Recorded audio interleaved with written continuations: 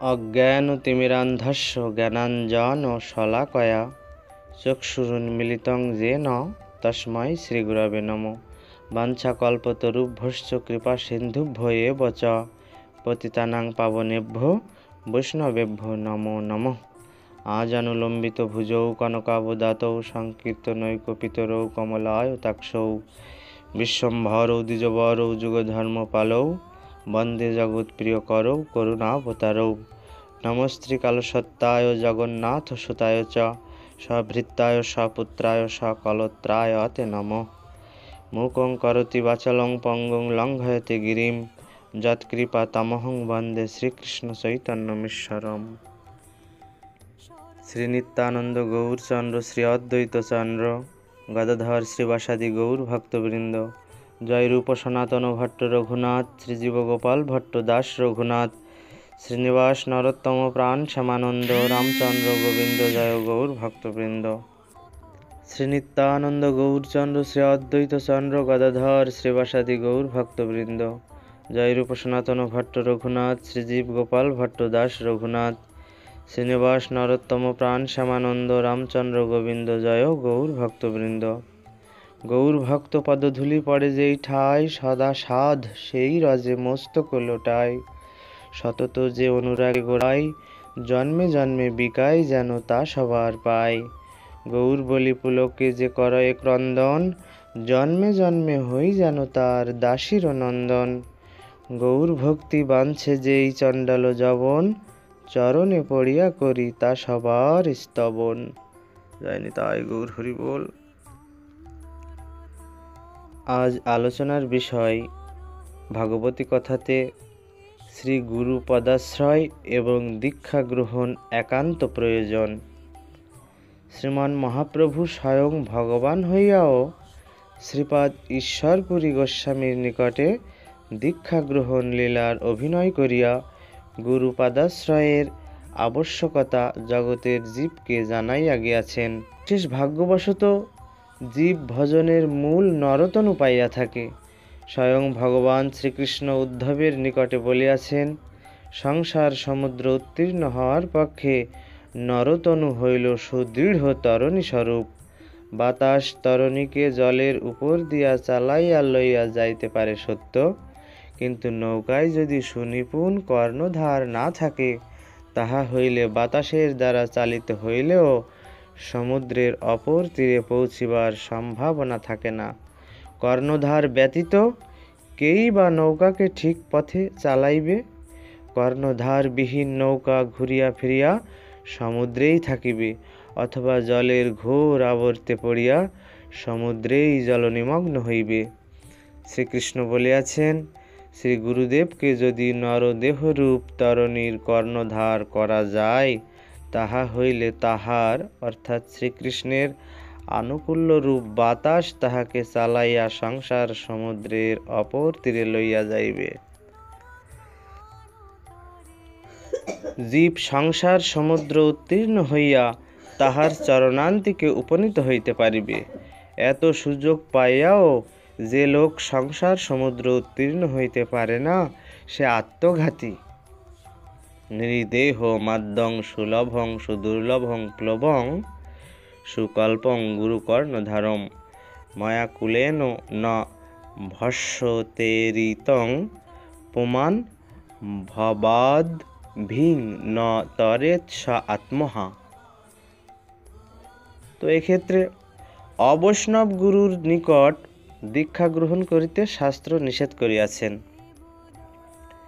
অবৈষ্ণব দিষ্টেন মন্ত্রেণ নিরয়ং ব্রজেত শ্রী হরিভক্তি বিলাসক্ত নারদ পঞ্চরাত্র বচন। অবৈষ্ণব গুরুর উপদিষ্ট মন্ত্রে অভীষ্ট সিদ্ধ হয় না। শ্রী শ্রী হরিভক্তি বিলাস আরও বলেন, মহাকুল প্রসূত অপি সর্বযজ্ঞে সুদীক্ষিত সহস্র শাখাধ্যায়ী চ ন গুরুস্যাৎ অবৈষ্ণব। মহাকুল প্রসূত সর্বযজ্ঞে দীক্ষিত এবং সহস্র শাখাধ্যায়ীও অবৈষ্ণব হইলে গুরুপদে অভিষিক্ত হইতে পারে না। শ্রী ভক্তমালও বলেন, অন্য উপাসক স্থানে কৃষ্ণ দীক্ষা করে, বিপর্যয় হয় সেই সংসার নাতরে। যিনি শ্রী গৌর গোবিন্দের উপাসক নহেন, তাহার নিকটে শ্রী গৌর গোবিন্দ উপাসনার মন্ত্র লওয়া বিড়ম্বনা মাত্র। শ্রী হরিভক্তি বিলাসে বৈষ্ণব গুরুর লক্ষণ এই রূপ লিখিত আছে। গৃহীত বিষ্ণু দীক্ষাক বিষ্ণু পূজা পরায়ণ। বৈষ্ণব অভিহিত অভিজ্ঞে ঋত রো অস্মাদ বৈষ্ণব। যিনি বিষ্ণু মন্ত্রে দীক্ষিত এবং বিষ্ণু পূজা পরায়ণ, তিনিই বৈষ্ণব বলিয়া অভিহিত হয়েন। তদ্ভিন্ন অন্য ব্যক্তি অবৈষ্ণব বলিয়া পরিগণিত। গূঢ় রহস্য এই, শ্রীকৃষ্ণ উপাসকের কাম্যবস্তু সিদ্ধাবস্থায় সিদ্ধ দেহে শ্রীকৃষ্ণের সেবা, স্বীয় ভাবানুকূল সিদ্ধ দেহে শ্রীকৃষ্ণ চরণ সমীপে অবস্থিত গুরুর নির্দেশেই জীব সেই স্থানে শ্রীকৃষ্ণ সেবা করেন এবং গুরু কৃপা শক্তিতেই জীব সেই স্থানে নীত হয়েন। এখন গুরু যদি শ্রীকৃষ্ণ উপাসকই না হয়েন, তিনি তো সিদ্ধাবস্থায় শ্রীকৃষ্ণ সমীপেই থাকিবেন না।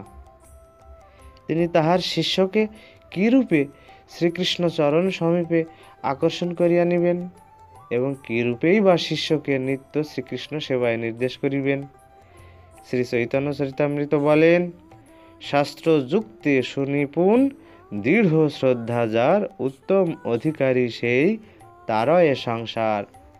মহৎ কৃপা বিনা কোনো কর্মে ভক্তি নয়, কৃষ্ণ ভক্তি দূরে রহু সংসার নহে ক্ষয়।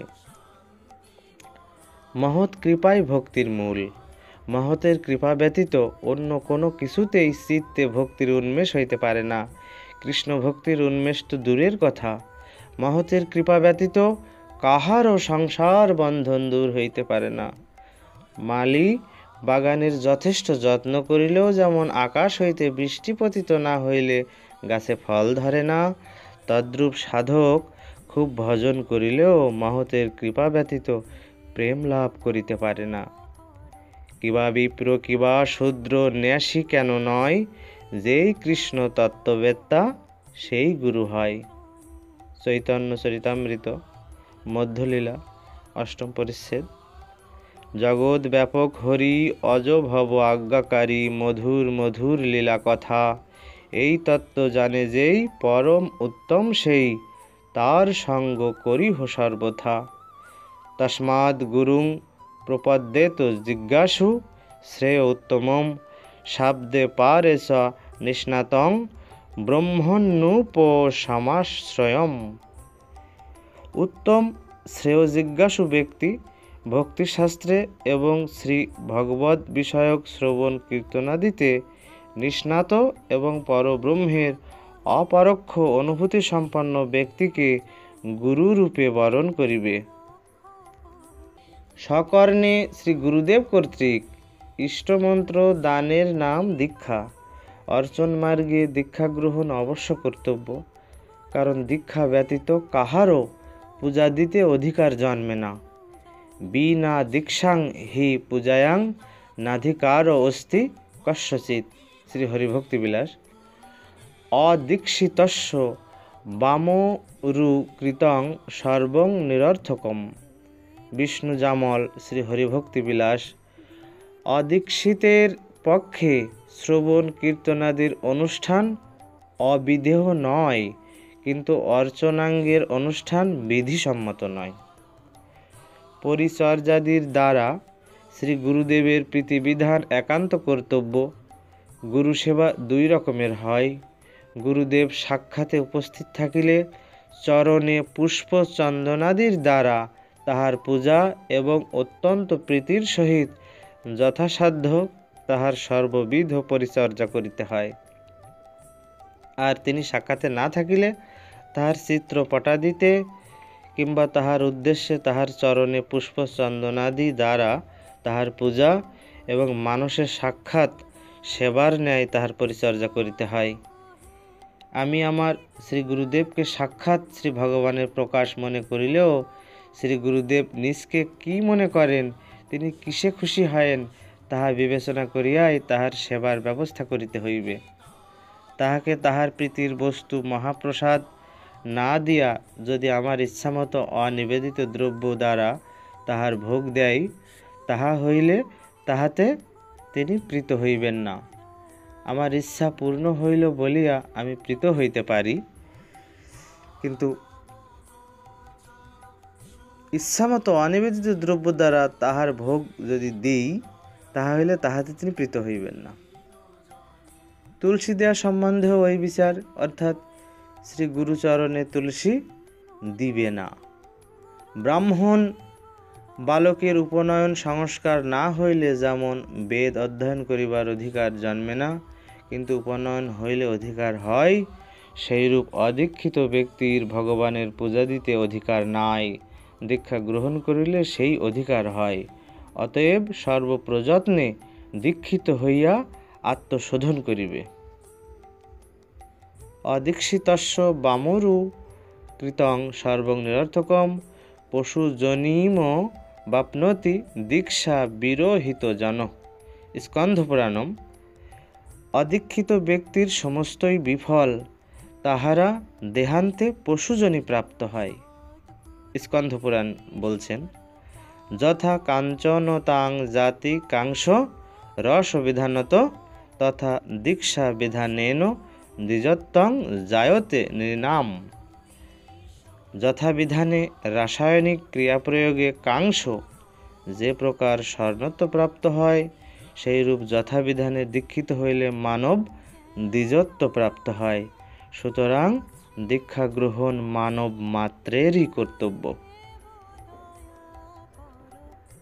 শ্রী ভগবান উদ্ধবকে বলিতেছেন, গুরুদেবকে আমি বলিয়াই অর্থাৎ আমার তুল্য বলিয়াই জানিবে। গুরুদেবকে আমি বলিয়াই অর্থাৎ আমার তুল্য বলিয়াই জানিবে, মানে সেই শ্রীকৃষ্ণের তুল্য। অতএব গুরুতে মনুষ্য বুদ্ধি করিবে না, গুরু সর্বদেবময়। গুরুই সাক্ষাৎ হরি এবং হরি জীবের গুরু। গুরু যাহার উপর সন্তুষ্ট হন, ভগবানও তাহার উপর সন্তুষ্ট থাকেন। কাহার উপর ভগবান রুষ্ট হইলেও যদি গুরু তুষ্ট থাকেন, তাহা হইলে ভগবান তাহাকে পুনরায় করুণা করেন। কিন্তু যদি গুরু রুষ্ট হন, তাহা হইলে অশেষ প্রকারে শ্রী ভগবত ভজন করিলেও ভগবান তাহার উপর সন্তুষ্ট হন না। অতএব সর্বপ্রযত্নে গুরুদেবকে প্রসন্ন রাখিতে হয়। তো গুরু দুই প্রকার, দীক্ষাগুরু ও শিক্ষাগুরু।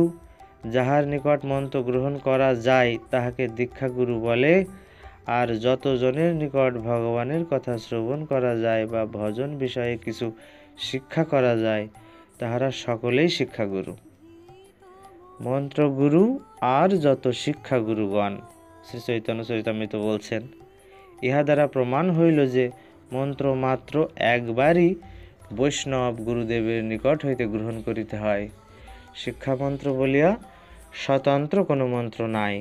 সুতরাং বৈষ্ণব গুরু ত্যাগ করিয়া শিক্ষামন্ত্র গ্রহণ হইতে পারে না। পূজ্যপাদ শ্রীল কবিরাজ গোস্বামী মহাশয় মন্ত্রগুরু হইতে কেবল মন্ত্রই গ্রহণ করিয়াছিলেন, পরে ষড়গোস্বামী পাদদের নিকট হইতে মাত্র উপদেশ গ্রহণ করিয়াছিলেন। শিক্ষামন্ত্র বলিয়া যদি কোনো মন্ত্র থাকিত, তবে কি তিনি 6টি শিক্ষামন্ত্র গ্রহণ করিয়াছিলেন, এইরূপ বুঝিতে হইবে? শিক্ষামন্ত্রবাদীদের এই প্রকার প্রচার সম্পূর্ণ ভ্রমাত্মক। শ্রীরূপ সনাতন ভট্ট রঘুনাথ, শ্রীদেব গোপাল ভট্ট দাস রঘুনাথ, এই 6 গুরু শিক্ষাগুরু যে আমার। কবিরাজ গোস্বামীর শ্রী চৈতন্য চরিতামৃত এর প্রমাণ। কোনো কোনো সম্প্রদায়ে দেখা যায় দীক্ষামন্ত্র গ্রহণের পরে শিক্ষামন্ত্র গ্রহণ করা হয়।